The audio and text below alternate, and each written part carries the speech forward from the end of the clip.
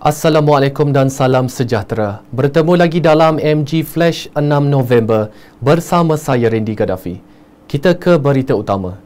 Ahli Parlimen Pendang Dato' Awang Hashim diminta untuk mengemukakan bukti berhubung dakwaan penemuan wang tunai sebanyak RM94 juta di kediaman seorang bekas menteri atau membuat permohonan maaf. Arahan itu dikeluarkan Speaker Dewan Rakyat Tan Sri Johari Abdul hari ini. Beliau mengeluarkan arahan itu selepas Wakil Jelutong RSN Raya membentangkan usul untuk merujuk ahli parlimen itu ke Jawatan Kuasa Hak dan Kebebasan Parlimen atas kenyataan bersifat tuduhan yang dianggap mengelirukan Dewan. Jadi saya ada dua option. Option pertama ialah saya proseskan apa-apa usul yang dikemukakan oleh Jelutong dan akan panjanglah cerita dia hinggalah membawa kepada ketetapan ahli tengkuasa. Option yang kedua yang saya ada ialah kita selesaikan di sini secara baik supaya kalau sekiranya Pendang merasakan selain daripada bukti-bukti yang dia ada, kalau sekiranya dia terlanjur, dia minta maaf. Tetapi oleh kerana Pendang tidak ada, tapi Ketua Whip ada.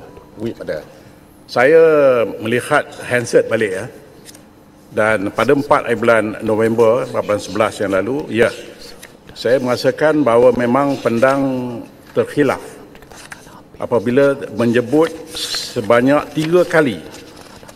Tan Sri Johari berkata, salinan kenyataan yang diterima daripada Suruhanjaya Pilihan Raya Malaysia SPRM menjelaskan bahawa Ketua Pesuruhjaya Tan Sri Azam Baki tidak pernah membuat sebarang kenyataan berhubung penemuan wang tunai RM94 juta di kediaman bekas menteri seperti yang dinyatakan oleh ahli Parlimen Pendang.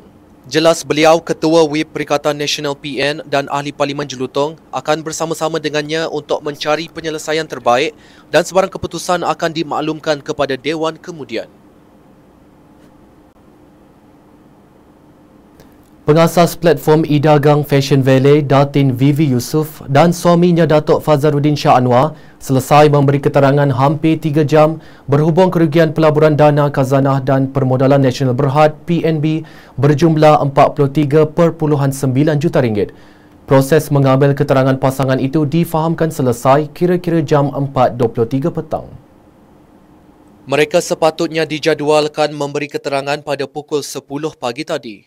Bagaimanapun kenderaan yang membawa mereka dilihat memasuki bangunan Ibu Pejabat SPRM Putrajaya kira-kira jam 12.54 tengah hari. Pasangan itu hadir sekali lagi hari ini untuk menyambung rakaman percakapan susulan kerugian pelaburan dana khazanah berhad nasional khazanah dan permodalan nasional berhad PNB berjumlah RM43.9 juta.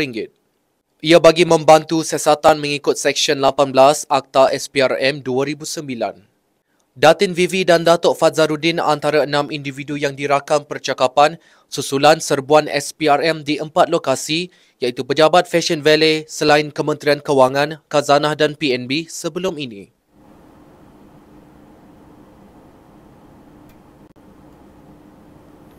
Minat terhadap permainan peperangan dalam talian dan bidang ketenteraan punca seorang rakyat Malaysia sertai tentera upahan Ukraine. Ketua Polis Negara Tan Sri Razaruddin Hussein berkata, lelaki itu yang berhenti belajar di peringkat ijazah telah memohon menjadi tentera upahan melalui sebuah laman sesawang.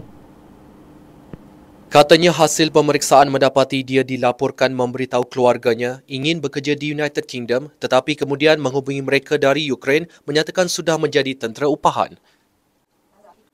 Menurut beliau, dia kini menerima gaji bulanan antara RM1,700 hingga RM12,000 bergantung pada tahap risiko misi yang dilakukan.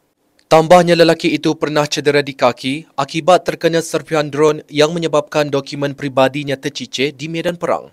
Sebelum ini, tular 2 gambar menunjukkan MyCard dan lesen memandu milik rakyat Malaysia yang didakwa ditemukan di medan pertempuran antara Ukraine dan Rusia.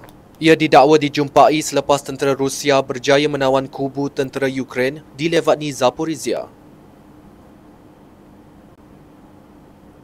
Ribuan kenderaan termasuk motosikal yang bertali arus masuk ke Jambatan Pulau Pinang terperangkap dalam kesesakan luar biasa dipercayai akibat laluan terhalang ekoran berlaku kemalangan jalan raya pagi tadi. Menerusi perkongsian di laman sosial Facebook FB, rata-rata yang melalui jambatan berkenaan kira-kira jam 6 pagi tadi untuk masuk bekerja dan mempunyai pelbagai urusan rasmi, menasihatkan merancang perjalanan dengan sebaiknya. Katanya terdapat kemalangan yang menyebabkan kesesakan dari Sungai Dua menuju jambatan dianggarkan sejauh 20 km sehingga kenderaan mereka tersadai di atas jalan, ekoran tidak boleh bergerak. Terdahulu, PLAS Malaysia dalam aplikasi X menasihatkan pengguna jalan raya dekat situ menggunakan laluan alternatif susulan kemalangan teruk yang berlaku di kilometer 7.7 Jambatan Pulau Pinang menuju pulau.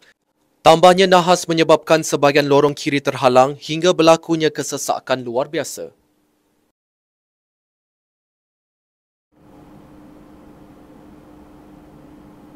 Seorang mekanik ditahan selepas satu video tular di media sosial menunjukkan dia memukul anjing hingga mati dengan batang besi. Ketua Polis Daerah Keningau Superintenden Yampil Garai berkata, suspek seorang lelaki berusia 39 tahun ditangkap di sebuah bengkel di Kampung Patikang, Keningau, Sabah semalam. Katanya ia dilakukan selepas menerima laporan daripada kaki tangan Jabatan Perkhidmatan Veteriner Keningau. Superintenden Yampil memberitahu suspek mengaku sebagai individu yang dirakam dalam kejadian itu. Menurutnya, hasil pemeriksaan mendapati video berkenaan dimuat naik pada 24 Oktober lalu oleh rakan sekerjanya. Beliau berkata suspek direman pagi tadi hingga 9 November ini dan kes disiasat mengikut Seksyen 428 Kanun Keseksaan dan Seksyen 233 Akta Komunikasi dan Multimedia 1998. Dengan itu, sekian dahulu MG Flash buat masa ini. Teruskan bersama kami untuk mengikuti perkembangan terkini dari masa ke masa. Hanya di platform media sosial di Malaysia Gazette, di Facebook, X, Instagram dan YouTube atau melalui portal di www.malaysiagazette.com. Dengan itu, Assalamualaikum dan salam hormat.